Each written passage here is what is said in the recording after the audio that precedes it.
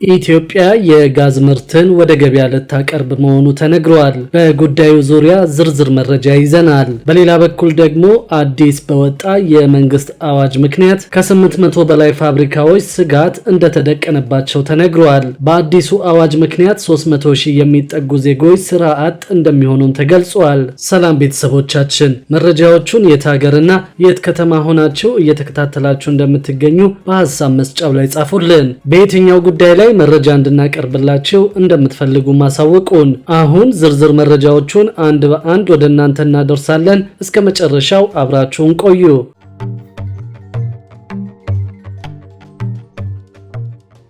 ኢትዮጵያ የጋዝ ምርትን ወደ ገበያ ልታቀርብ መሆኑ ተነግሯል። ኢትዮጵያ የራሷን ጋዝ ለማምረት ጥረት ስታደርግ መቆየቷ የተገለጸ ሲሆን በመጪው መስከረም 2018 ዓ.ም አዲስ ዓመት ላይ ጋዙ ወደ ገበያ ሊቀርብ መሆኑን ሰምተናል። ይህ የተሰማው ጠቅላይ ሚኒስትር አብይ አህመድ በሀገሪቱ ከሚገኙ የሚዲያ አመራሮችና የኮሚኒኬሽን ባለሙያዎች ጋር ባደረጉት የጋራ ውይይት ላይ ነው። ይህ ምርት የት አካባቢ እንደሆነ በቀጥታ ባይናገሩም በንግግራቸው ወቅት ላለፉት 2-3 ዓመታት እኔ የምጎበኘው ጋዙን ነው፣ እናንተ የምታዩት ስንዴውን ነው ሲሉ ተናግረዋል። ሆኖም ግን ለገበያ የሚቀርበው የጋዝ አይነትም ቢሆን በይፋ አልተገለጸም። ጠቅላይ ሚኒስትር አብይ አህመድ ስልጣን በያዙ በ3ኛው ወር ገደማ ኢትዮጵያ ድፍድፍ ነዳጅ ለማውጣት መዘጋጀቷን የሚያበስር የምስራች ይዘው ብቅ ብለው እንደነበር ይታወሳል። ኢትዮጵያ ለበርካታ አስርት ዓመታት ያስፈለገችውን ነዳጅ ለማውጣት መብቃቷና ወደ ጅቡቲ የሚዘረጋው የፈሳሽ የተፈጥሮ ጋዝ ማጓጓዣዎችም ተስፋ ተጥሎባቸው ነበር። በአንድ በኩል ወደ ሀገር ውስጥ የምናስገባውን ነዳጅ በሀገር ውስጥ ምርት ማሟላት ከቻለን ለዚያ የምናወጣውን የውጭ ምንዛሪ እንድንቀንስ ያደርጋል ያሉት ዶክተር አብይ ተሳክቶላት ኢትዮጵያ ነዳጅ ወደ ውጭ መላክ ከቻለች አዲስ የውጭ ምንዛሪ ማግኛ ምንጭ ሆኖ ያገለግላል ሲሉ በወቅቱ መናገራቸው ይታወሳል። ሰኔ 21 ቀን 2010 ዓ.ም በሶማሌ ክልል ጎዴ ኢላላ በተባለ ቦታ የቻይናው ፖሊ ሲጂኤል ኩባንያ ድፍድፍ ነዳጅ ማውጣት በይፋ ጀመረ ተብሎ በርካታ ከፍተኛ ባለስልጣናት በስፍራው ተገኝተው ነበር። ይህ ዜና ለበርካታ አስርት ዓመታት በኦጋዴን ሸለቆ ሲደረግ የቆየው የነዳጅና የተፈጥሮ ጋዝ ፍለጋ በመጨረሻ ፍሬ ሊያፈራ ተቃረበ የሚል ተስፋም የሰጠ ነበር። ከፖሊ ጂሲኤል በፊት የሩሲያ፣ የዮርዳኖስ፣ የቻይናና የማሌዥያ ኩባንያዎች ሙከራ አድርገው ሳይሳካላቸው ቀርተዋል። የቻይናው ፖሊ ጂሲኤል ለሙከራ በቀን 450 በርሜል ድፍድፍ ነዳጅ እያመረተ ለኢትዮጵያ ገበያ ያቀርባል ተብሎም ነበር። ከዚያ በኋላ ባሉት ዓመታት ግን የኩባንያው ስራ እጅጉን ተቀዛቅጾ ቆይቷል። ኩባንያው በካሉብና ሂላላ ከሚያከናውነው የነዳጅና የተፈጥሮ ጋዝ ፍለጋና ልማት በተጨማሪ የኢትዮጵያና የጅቡቲ መንግስታት በተፈራረሙት ውል መሰረት እስከ ጅቡቲ የ767 ኪሎ ሜትር የተፈጥሮ ጋዝ ማጓጓዣ የመገንባት ኃላፊነትም ተጥሎበት ነበር። በጅቡቲ ወደብ ፈሳሽ የተፈጥሮ ጋዝ ማቀነባበሪያ መገንባት የሚጨምረው ይህ ስራ እስከ 3.2 ቢሊዮን ዶላር የሚፈጅ እንደሆነ ተገልጾ ነበር። የነዳጅና የተፈጥሮ ጋዝ ፍለጋም ሆነ ወደ ጅቡቲ ፈሳሽ የተፈጥሮ ጋዝ ማጓጓዣ ቧንቧ ግንባታ ባለፉት ዓመታት በታቀደው ፍጥነት አልተጓዘም። ከዓመታት ጥበቃ በኋላ በስተመጨረሻ የኢትዮጵያ መንግስት ለቻይናው ፖሊ ጂሲኤል የሰጠውን የነዳጅና የተፈጥሮ ጋዝ ፍለጋና ልማት ፈቃድ ማቋረጡም ታውቋል። በኢትዮጵያ የተሰማራበት የነዳጅና የተፈጥሮ ጋዝ ፍለጋና ልማት ስራ የመከነበት ግን ፖሊ ጂሲኤል ብቻ አይደለም። ጂፒቢ የተባለ የሩሲያ ኩባንያ በፋይናንስ እጥረት ምክንያት በ2014 በራሱ ፈቃድ ከኢትዮጵያ መንግስት ጋር የተፈራረመውን ውል እንዳቋረጠ የማዕድን ሚኒስቴር ለህዝብ ተወካዮች ምክር ቤት ያቀረበው ሪፖርት ያሳያል። ኒው ኤጅ የተባለ የብሪታንያ ኩባንያ ግዴታውን መወጣት ባለመቻሉ ለበርካታ ጊዜያት ማራዘሚያ ቢሰጠውም መስራት ሳይችል የስምምነት ጊዜው መጠናቀቁን የማዕድን ሚኒስቴር ከዚህ በፊት ገልጾ ነበር። የማዕድን ሚኒስቴር መስሪያ ቤት በኦጋዴን ሸለቆ የሚገኘውን የነዳጅ ሀብት መጠንና የኢኮኖሚ አዋጭነት በአሜሪካ ኩባንያ አስጠንቶ የማረጋገጫ ሰርተፊኬት ተቀብሏል። 4 ወራትን በወሰደው ጥናት በትንሹ በ3 ጉድጓድና እዛ አካባቢ ያለው ወደ 7 ትሪሊዮን ጫማ የተፈጥሮ ጋዝና ከዚህ በፊት ያልሰማነውና የትኛውም ኩባንያ ያልነገረን ድፍድፍ ዘይት እንዳለ ተነግሮናል ሲሉ በወቅቱ የማዕድን ሚኒስትር የነበሩት ታከለ ኡማ ገልጸው ነበር። ከዚያ ወዲህ ግን በጉዳዩ ዙሪያ በመንግስት በኩል ብዙም ሐሳብ ሳይሰጥበት ቆይቶ ነው አሁን ኢትዮጵያ የጋዝ ምርትን ወደ ገበያ ልታቀርብ መሆኑ የተነገረው። ጠቅላይ ሚኒስትር አብይ ከሚዲያ ባለሙያዎች ባለሙያዎች ጋር ባደረጉት ውይይት ኢትዮጵያ ማዳበሪያን ከዳንጎቴ ግሩፕ ጋር ለማምረት ከስምምነት ላይ መድረሷንም አስታውቀዋል። ከዚህ ቀደም በኢትዮጵያ የማዳበሪያ ፋብሪካ ለመገንባት ውጥን መያዙን ጠቅላይ ሚኒስትር አብይ አህመድ የመንግስትን የ2017 በጀት ዓመት የ6 ወራት የሥራ አፈጻጸምን በተመለከተ ለሕዝብ ተወካዮች ምክር ቤት አባላት ባቀረቡበት ወቅት መናገራቸው የሚታወስ ነው። በወቅቱም የማዳበሪያ ፋብሪካ ግንባታው ከ2.5 እስከ 3 ቢሊዮን ዶላር ወጪ እንደሚጠይቅ ጠቅላይ ሚኒስትሩ ተናግረው ነበር።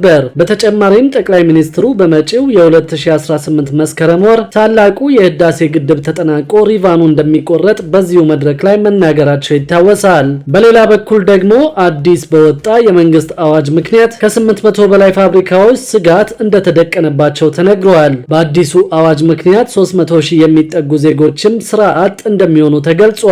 የኢትዮጵያ የፕላስቲክና ጎማ አምራች ማህበር የፕላስቲክ ከረጢት ወይም ፌስታል አንድ ጊዜ ብቻ ተጠቅመን የምንጥለው ሳይሆን መልሰን ጥቅም ላይ የምናውለው ምርት ነው ሲል አስታውቋል። በቅርቡ ማንኛውም ሰው አንድ ጊዜ ብቻ ጥቅም ላይ የሚውል የፕላስቲክ ከረጢት ይዞ ከተገኘ ከ2 እስከ 5 ሺህ ብር የሚያስቀጣ አዋጅ መጽደቁን ያስታወሰው ማህበሩ በጉዳዩ ዙሪያ ያለውን ቅሬታ አቅርበዋል። የማህበሩ አባልና የወቅታዊ የደረቅ ቆሻሻ አያያዝና አወጋገድ አዋጅ ዙሪያ ማህበሩ ያቋቋመው ኮሚቴ ሰብሳቢ አቶ በረከት ገብረሕይወት እንደተናገሩት የፌስታል ምርትን በመሰብሰብ መልሰው ጥቅም ላይ ውሎ አገልግሎት እንዲሰጥ እያደረገ መሆኑን የገለጹ ሲሆን ደረጃውን የጠበቀ ፌስታል እንዲመረት ግን መደረግ እንዳለበት አስታውቀዋል። ከመላው ሀገሪቱ ተሰብስበው በግዢ የሚረከቡት የፌስታል ደረቅ ቆሻሻን በኪሎ 30 ብር በመግዛት በመልሶ ምርት ፌስታል፣ የኤሌክትሪክ ኮንዲዩትና ለኮሪደር ልማት እየዋሉ የሚገኙትን ኤችዲ ፓይፕ እያመረቱ መሆኑን አስታውቀዋል። ሆኖም በአዋጁ መሰረት አንድ ጊዜ ብቻ ጥቅም ላይ የሚውል የፕላስቲክ ከረጢት ያመረተ ወይም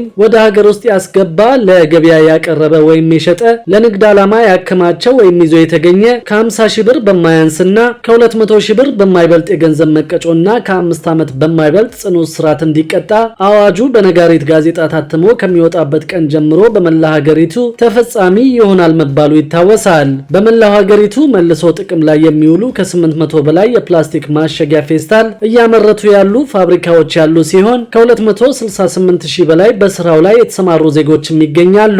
አዋጁ ተግባራዊ ሲደረግ በዘርፉ የተሰማሩ ፋብሪካዎችንም ሆነ ሰራተኞቹን ከመስኩ የሚያስወጣቸውና ኪሳራ ላይ የሚጥላቸው መሆኑ ተነግረዋል። አዋጁ ከወጣበት ጊዜ ጀምሮ አስፈጻሚ አካላት ፌስታል ከእንግዲህ ተከልክሏል በሚል ነጋዴዎች ላይ በፈጠሩት ጫና ምክንያት የምናመርተው ፌስታል ወደ ገበያ ሊወጣ ባለመቻሉ አዋጁ ካሁኑ ተጽዕኖ በማድረጉ በርካታ ፋብሪካዎች ስራ ፈትተዋል ሲሉ አቶ በረከት ገብረሕይወት ተናግረዋል። በሌላ በኩል ደግሞ ከ1.2 ቢሊዮን ብር በላይ ያለአግባብ ክፍያ የፈጸሙ ተቋማት ለህግ መቅረባቸውን ሰምተናል። የዋና ኦዲተር መስሪያ ቤት ለ3 ዓመታት ከ1.2 ቢሊዮን ብር በላይ ያለ ህግ አግባብ ክፍያ የፈጸሙ ተቋማት ላይ የልዩ ኦዲት ምርመራ በማድረግ ለህግ ማቅረቡን አስታውቀዋል። የዋና ኦዲተር መስሪያ ቤት ምክትል ዋና ኦዲተር አቶ አበራ ታደሰ እንዳስታወቁት ከ1.2 ቢሊዮን ብር በላይ አሰራርና መመሪያን ያልተከተሉ ክፍያዎችን በፈጸሙ በተለያዩ ተቋማት ላይ የልዩ ኦዲት በማድረግና ተጠያቂነትን ሊያስከትሉ የሚችሉ ፋይሎችን በማደራጀት ለፌዴራል ፖሊስ ወንጀል ምርመራ ማስተላለፉን ተናግረዋል። ለዋና ኦዲተር መስሪያ ቤት በህግ ከተሰጡ ስልጣኖች መካከል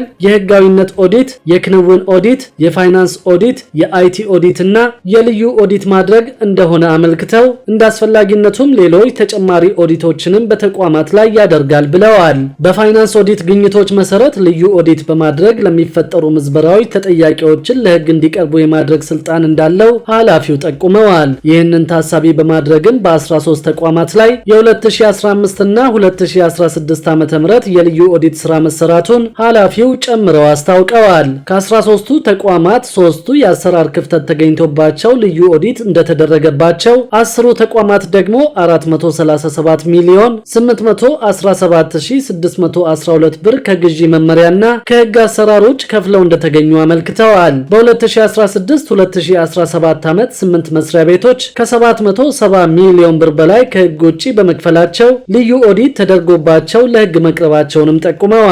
ወንጀሎቹም በአበል መልክ ከአበል መመሪያ ውጪ የተከፈሉ፣ ለህንፃ ግንባታ ያለአግባብ ወጪ የተደረጉ፣ ከመመሪያዎች ግዢ የፈጸሙና በገቢ ሊሰበሰቡ ሲገባቸው ያልተሰበሰቡ መሆናቸውን አስታውቀዋል። ልዩ ኦዲት ከተደረገባቸው ተቋማት ውስጥ 2ቱ የፖለቲካ ፓርቲዎች መሆናቸውንም ገልጸዋል። በተቋሙ ከ100 በላይ የልዩ ኦዲት ጥቆማዎች ቢኖሩም ባለው የሰው ኃይል እጥረት ምክንያት ሁሉንም ለማዳረስ አልተቻለም ያሉት ምክትል ዋና ኦዲተሩ አሁን ላይ የልዩ ኦዲት ስራ ከ4 ባልበለጡ ቡድኖች እየተከናወነ መሆኑን አመልክተዋል። ስራዎችን በሰፊው ለማከናወንና ቡድኑን ለማጠናከር መዋቅሮችን የማሻሻል ስራ በሰፊው እየተሰራ እንደሆነም ገልጸዋል። እንደ ምክትል ዋና ኦዲተሩ ገለጻ የልዩ ኦዲት ስራዎች የሚከናወኑት ሚስጥራዊነታቸው ተጠብቆ ሲሆን ዓላማው ቀጥተኛ ተጠያቂነትን ማስፈን በመሆኑ ውጤታቸው ለምክር ቤት አይቀርብም ብለዋል።